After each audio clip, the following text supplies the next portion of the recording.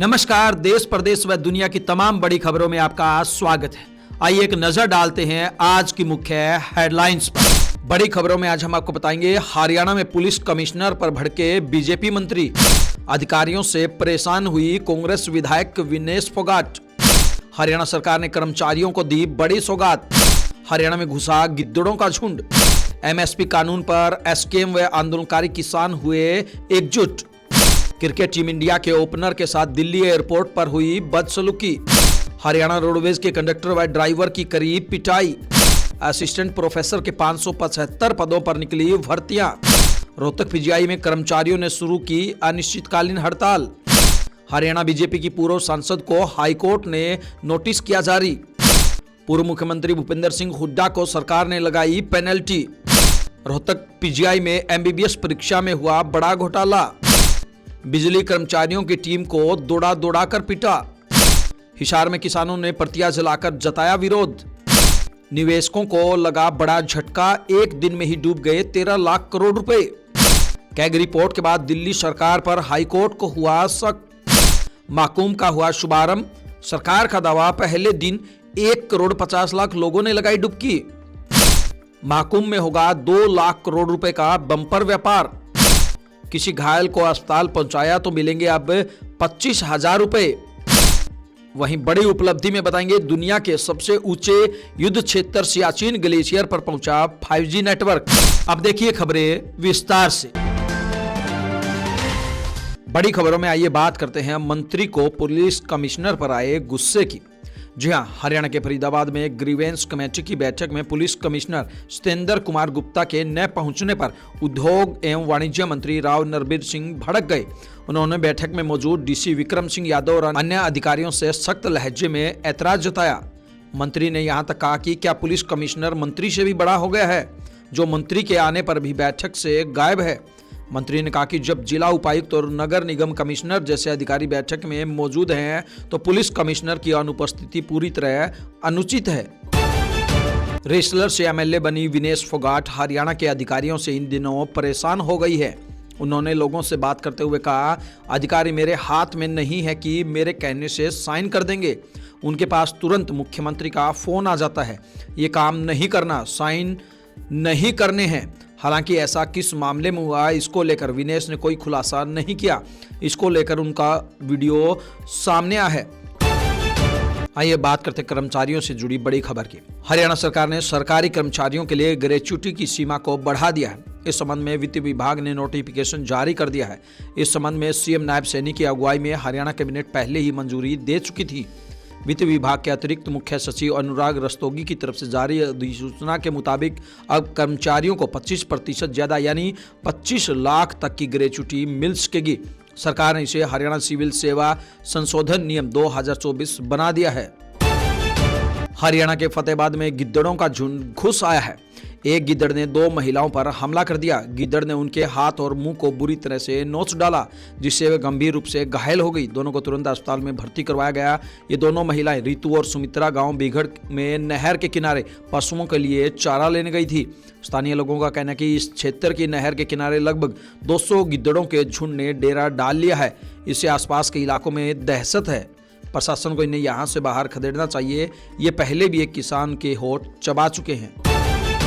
हरियाणा पंजाब के संभू और खनौरी बॉर्डर पर पिछले 11 महीनों से आंदोलन कर रहे किसानों को संयुक्त किसान मोर्चा यानी कि एसकेएम का साथ मिल गया है। इस आंदोलन को लेकर पटियाला के पातड़ा में 4 घंटे तक मीटिंग हुई। इसमें संभू और खनौरी मोर्चे पर डटे किसान नेता और एसकेएम के नेता शामिल रहे। इसमें किसान नेताओं ने कहा कि हमारी मांग और दुश्मन एक ही है, इसलिए मिलकर आंदोलन लड़ा जाएगा। मीटिंग खत्म होने के बाद किसान नेता सरवण सिंह पंधेर ने कहा कि मीटिंग में चर्चा हुई है कि इस आंदोलन को आगे कैसे बढ़ा जाए और साथ ही साथ कैसे सरकार पर दबाव बनाया जाए। टीम इंडिया के ओपनर अभिषेक शर्मा के साथ दिल्ली एयरपोर्ट पर बदसलूकी हुई। इसकी जानकारी खुद अभिषेक ने इंस्टाग्राम पर स्टोरी शेयर करके दी है। उन्होंने बताया कि इंडिगो स्टाफ के खराब बिहेवियर के कारण उनकी फ्लाइट मिस हो गई है। वह छुट्टियां मनाने जा रहे थे। हालांकि इस मामले में इंडिगो की ओर से कोई बयान नहीं आया है। हम आपको बता दें कि अभिषेक को इंग्लैंड के खिलाफ 22 जनवरी से शुरू हो रही T20 सीरीज के लिए भारतीय क्रिकेट टीम में चुना गया है। दिल्ली से करनाल जा रही हरियाणा रोडवेज बस के ड्राइवर और कंडक्टर की युवकों ने पिटाई कर दी। इस बस में 2 युवकों के साथ बकाया राशि को लेकर कंडक्टर की बहस हो गई थी। पानीपत बस स्टैंड पर दोनों युवक नीचे उतर गए। इसके बाद साथियों संग बस का पीछा करना शुरू कर दिया। जब टोल प्लाजा पर बस रुकी तो वहां कंडक्टर के साथ ड्राइवर को भी पीट दिया। यात्रियों ने छुड़वाने की कोशिश की तो उनसे भी मारपीट की गई। बहरहाल पुलिस ने शिकायत के आधार पर केस दर्ज कर लिया है। आरोपियों की बाइक कब्जे में ले ली है। राजस्थान लोक सेवा आयोग यानी आरपीएससी ने 500 से अधिक पदों पर असिस्टेंट प्रोफेसर की भर्ती निकाली है। उम्मीदवार आरपीएससी की ऑफिशियल वेबसाइट पर जाकर लॉगिन करके आवेदन कर सकते हैं। यह वैकेंसी राजस्थान कॉलेज शिक्षा में 30 अलग अलग सब्जेक्ट्स के लिए है। हर सब्जेक्ट के लिए उम्मीदवार को अलग अलग आवेदन करना होगा। हरियाणा के रोहतक पीजीआई में ठेके पर लगे कर्मचारियों ने अनिश्चितकाल के लिए हड़ताल शुरू कर दी है। हड़ताल पर बैठे कर्मचारियों ने ठेकेदार, प्रशासन और सरकार के खिलाफ जमकर नारेबाजी की। ठेके पर लगे कर्मचारियों ने कहा कि उन्हें कौशल रोजगार निगम के तहत लगाया जाए। जब तक उनकी मांग पूरी नहीं होती तब तक उनकी हड़ताल जारी रहेगी। किडनैपिंग केस के बाद कांग्रेस समर्थित चेयरमैन पहुंचे हाईकोर्ट। जी हां, हरियाणा के सिरसा से बीजेपी की पूर्व सांसद सुनीता दुग्गल को पंजाब हरियाणा हाईकोर्ट ने नोटिस जारी किया है। हाईकोर्ट ने यह नोटिस फतेहाबाद की रतिया पंचायत समिति के कांग्रेस समर्थित चेयरमैन केवल किशन मेहता पर दर्ज अपहरण केस में जारी किया है। केवल किशन ने हाईकोर्ट में डाली याचिका में दावा किया है कि यह मामला उन्हें इस्तीफा देने के लिए मजबूर करने और हाल ही में हुए विधानसभा चुनाव में सुनीता दुग्गल का विरोध करने के लिए गढ़ा गया है। इस चुनाव में दुग्गल को हार का सामना करना पड़ा था। हरियाणा के पूर्व मुख्यमंत्री भूपेंद्र सिंह हुड्डा ने चंडीगढ़ में स्थित सरकारी कोठी को खाली नहीं किया है, जिस वजह से सरकार ने उन पर पिनल रेंट वसूलने की प्रक्रिया शुरू कर दी है। अब तक 2 लाख से ज्यादा का पिनल रेंट बन चुका है। सरकार का तर्क है कि नियमों के अनुसार नई सरकार बनने के बाद हुड्डा को 15 दिन के भीतर यह कोठी नंबर 70 खाली करनी थी, मगर 2.5 महीने से ज्यादा वक्त बीतने के बाद भी उन्होंने कोठी खाली नहीं की। आइए बात करते हैं एमबीबीएस परीक्षा में हुए बड़े घोटाले की। जी हां, हरियाणा के रोहतक में पीजीआई में एमबीबीएस परीक्षा से जुड़े घोटाले का मामला सामने आया है, जिसका पता लगने के बाद 2 कर्मचारियों को निलंबित कर दिया और 3 आउटसोर्स कर्मियों की सेवाएं रोक दी गई है। वहीं जांच कमेटी भी गठित की गई है जो 1 माह में अपनी रिपोर्ट सौंपेगी। इस मामले को लेकर कांग्रेस नेता रणदीप सुरजेवाला ने भाजपा सरकार पर निशाना साधा है। आरोपियों द्वारा एमबीबीएस छात्रों से पेपर पास करवाने के लिए प्रति विषय 3 से 5 लाख रुपए लिए गए। वहीं एक छात्र ने इस मामले की शिकायत विश्वविद्यालय के अधिकारियों को दी। छात्र परीक्षा लिखने के लिए ऐसे पेन का उपयोग करते थे जिसकी स्याही सुखाकर साफ की जा सके। इसके बाद उत्तर पुस्तिकाएं विश्वविद्यालय से बाहर चोरी छिपे भेजी जाती और आरोपियों द्वारा हेयर ड्रायर से स्याही को गायब करके उत्तर पुस्तिकाओं में सही जवाब लिखकर दोबारा सेंटर भेज दी जाती थी। हरियाणा के चरखी दादरी में बकाया बिजली बिल की जांच करने पहुंची बिजली निगम की टीम पर महिला और उसके बेटे ने हमला कर दिया। घटना में जूनियर इंजीनियर घायल हो गया। एक वीडियो भी सामने आया है जिसमें महिला जेई और लाइनमैन की ओर डंडा लेकर भागती हुई दिखाई दे रही है। वीडियो में महिला धमकाते हुए कह रही है, तू चला जा यहाँ से। झुंझुनू थाना पुलिस ने जेई की शिकायत पर मामला दर्ज कर लिया है।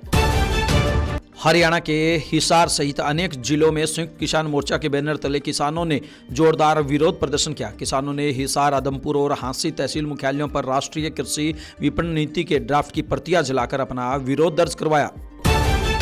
आइए बात करते हैं 13 लाख करोड़ रुपए डूबने की। जी हां, सोमवार को जहां 40 लाख लोगों ने महाकुंभ के पहले दिन गंगा में डुबकी लगाई, वहीं दूसरी ओर शेयर बाजार के 20 करोड़ से ज्यादा निवेशकों के ट्रेडिंग सेशन खत्म होने से पहले 13 लाख करोड़ रुपए से ज्यादा बर्बाद हो गए। वास्तव में निवेशकों की कंगाली का सिलसिला लगातार 3 दिनों से चल रहा है। सेंसेक्स और निफ्टी में बड़ी गिरावट देखने को मिल चुकी है, जिसकी वजह से शेयर बाजार निवेशकों के 25 लाख करोड़ रुपए से ज्यादा डुबो चुका है। गोता सिर्फ महाकुंभ में भक्तों और शेयर बाजार ने ही नहीं लगाया है, डॉलर के मुकाबले में रुपए ने भी बड़ी डुबकी लगाई है, जो सिर्फ पहली बार 86 रुपए के पार ही नहीं गया बल्कि 87 रुपए के करीब भी पहुंच गया।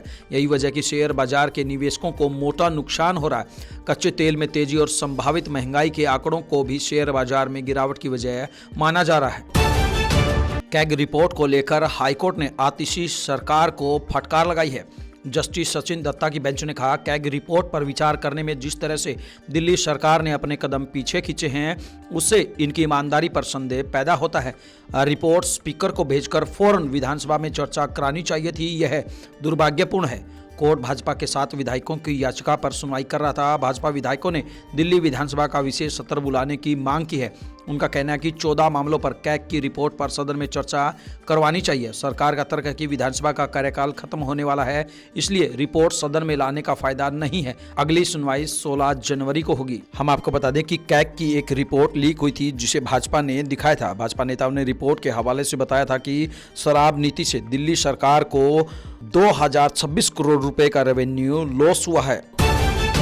महाकुंभ का शुभारंभ हो चुका है। पौष पूर्णिमा पर सुबह 4 बजे से पहला स्नान चल रहा है। सरकारी आंकड़ों के मुताबिक 44 घाटों पर अब तक 1 करोड़ 65 लाख श्रद्धालु डुबकी लगा चुके हैं। भक्तों पर हेलीकॉप्टर से फूलों की वर्षा की गई। महाकुंभ 144 साल में दुर्लभ खगोलीय संयोग में हो रहा है। यह वही संयोग है जो समुद्र मंथन के दौरान बना था। विश्व का सबसे बड़ा धार्मिक आयोजन महाकुंभ 2025 प्रयागराज में शुरू हो गया है। इस दौरान 2 लाख करोड़ रुपए से अधिक का कारोबार होने की संभावना जताई जा रही है। यह महाकुंभ फरवरी तक चलेगा।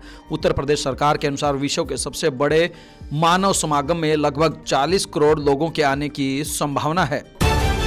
केंद्र सरकार सड़क हादसे में घायल होने वालों को तत्काल अस्पताल पहुंचाने वाले अच्छे लोगों के लिए इनाम राशि बढ़ाकर 25,000 रुपये करेगी। फिलहाल यह राशि 5,000 रुपये है। केंद्रीय सड़क परिवहन एवं राजमार्ग मंत्री नितिन गडकरी ने यह जानकारी पुणे में सड़क सुरक्षा अभियान कार्यक्रम के दौरान दी। बॉलीवुड अभिनेता अनुपम खेर के साथ एक इंटरव्यू के दौरान मंत्री ने कहा कि उन्होंने सड़क परिवहन मंत्रालय को इनाम राशि बढ़ाने का निर्देश दे दिया है। रिलायंस जियो ने दुनिया के सबसे ऊंचे युद्ध क्षेत्र में अपनी 5G सेवा शुरू कर दी है। भारतीय सेना की फायर एंड फ्यूरी कोर ने एक्स पर यह जानकारी दी। सेना के मुताबिक जियो टेलीकॉम और भारतीय सेना ने साथ मिलकर सियाचिन ग्लेशियर पर पहला 5G मोबाइल टावर सफलतापूर्वक स्थापित कर दिया है। इसे सियाचिन की एक अग्रिम चौकी पर लगाया गया है। इन तमाम खबरों को लेकर आपकी क्या कुछ राय है, आपकी क्या कुछ प्रतिक्रिया है, आप हमें कमेंट बॉक्स के माध्यम से जरूर बताएं।